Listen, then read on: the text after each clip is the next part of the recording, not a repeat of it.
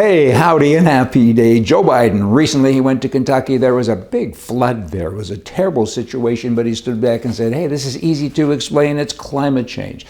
Of course it was. I mean, the day before was sunny and then it rained. That's a change in climate. Joe, get with the program. Where were you in the 1930s and 40s? Oh, you were here. You're pretty old. You should have figured it out by now.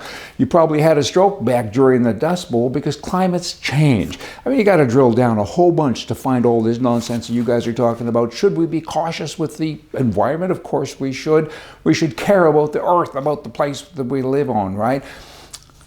But is it like he says? No, it is not. I mean, him and Nancy and all these other left-wing whacks, they talk about it all the time. I guess the message is, let's buy an electric car, but you guys can't keep the power on. So how's that going to work out for us? Probably not so well. Nancy Pelosi, she says this, her and the Prime Minister candidate, they say the same thing. China, it's a great place. China is one of the finest societies and freest societies in the world. You're kidding me, right?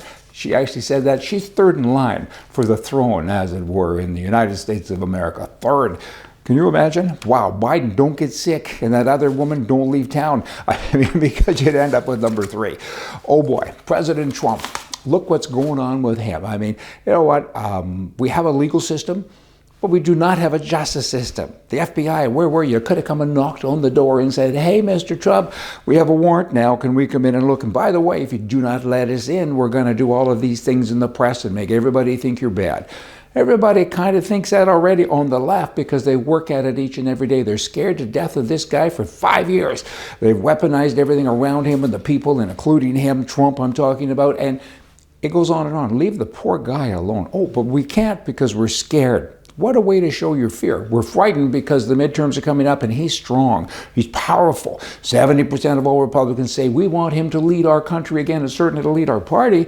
So what are you going to do about that? You're trying hard to bring him down. You got the January thing, you now got this thing, and you got so many other things that you push. But guess what? At the end of the day, there's never any evidence. Nobody has had litigation like Trump ever, ever in the history of the entire world. There's one quack in California, I think he's the governor general or something, attorney general maybe. He has sued him almost 200 times. 200 times. Who does that? And for what? For nothing, just to distract from the daily things that you got to do. You're trying to run a country. You're trying to get ready to help the country at least. And everybody's attacking you from all sides. Many, many people say about Trump, he's a great man, but he's not a good man. We don't like him, but we like his policies. Something to be said about that. When the left kind of fired up, you know, I didn't know I was racist until the left told me, but where race matters only to racist. The rest of us care only about character.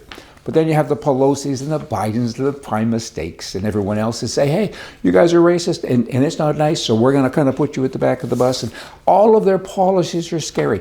When did people become socialist? I guess they started back in the 70s and 80s, they being the left, pushing everything that way, this agenda, the propaganda, and so on.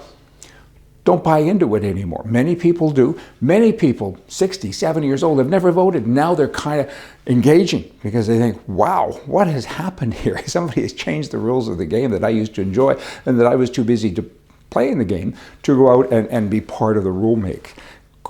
And now you know you got to. So it's up to us to go out and preach and talk and kind of get the word out there and stop this left-wing movement because they're destroying the country and our way of life. The 20s, in the 1920s, being 20, pardon that, I said it wrong, starting again, keeping up here.